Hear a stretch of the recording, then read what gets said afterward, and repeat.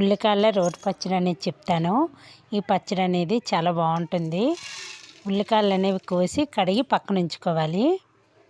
పచ్చడికి 1 స్పూను మినపప్పు, 1 స్పూను శనగపప్పు, తర్వాత కొంచెం వేరుశనగ గుళ్ళను వేసి వేయించాలి. మీకు కావాలంటే నువ్వులు కూడా వేసుకోవచ్చు. ఇవి వేగిన తర్వాత 1 స్పూన్ ధనియాలు, 1 స్పూను జీలకర్ర అనేది కూడా వేసి ఇవి కూడా ఎర్రగా వేగనివ్వాలి. రుచికి తగ్గ కారం వేసుకోవాలన్నమాట. మీకు కారానికి పచ్చిమిర్చి ఎన్ని కంటన్ని వేసుకోవాలి. ఎండుమిర్చి కూడా వేసుకోవచ్చు. నేను పచ్చిమిర్చి వేసాను. ఇవన్నీ బాగా చల్లార్చనివ్వాలన్నమాట. మళ్ళీ ప్యాన్లోని కొంచెం ఆయిల్ అనేది వేసి ఉల్లికాయలన్నీ వేసి ఎర్రగా వేగనివ్వాలి. పచ్చి వాసన పోయేదాకా వేగితే పచ్చడి అనేది చాలా బాగుంటుంది.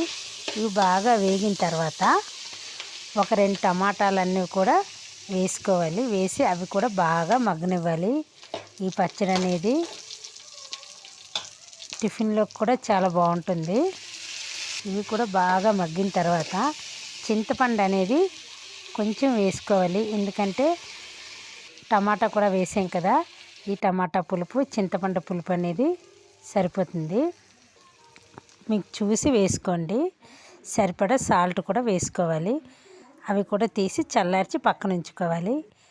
ఇందాకలు తీసి పక్కన ఉంచాం కదా, అందులో వెల్లుల్లి రబ్బలు కొంచెం పసుపు వేసి మిక్సీ పట్టుకోవాలి.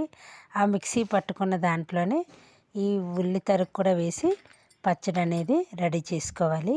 మీకు కావాలంటే తాలింపు పెట్టుకోవచ్చు, లేకపోయినా బాగానే ఉంటుంది.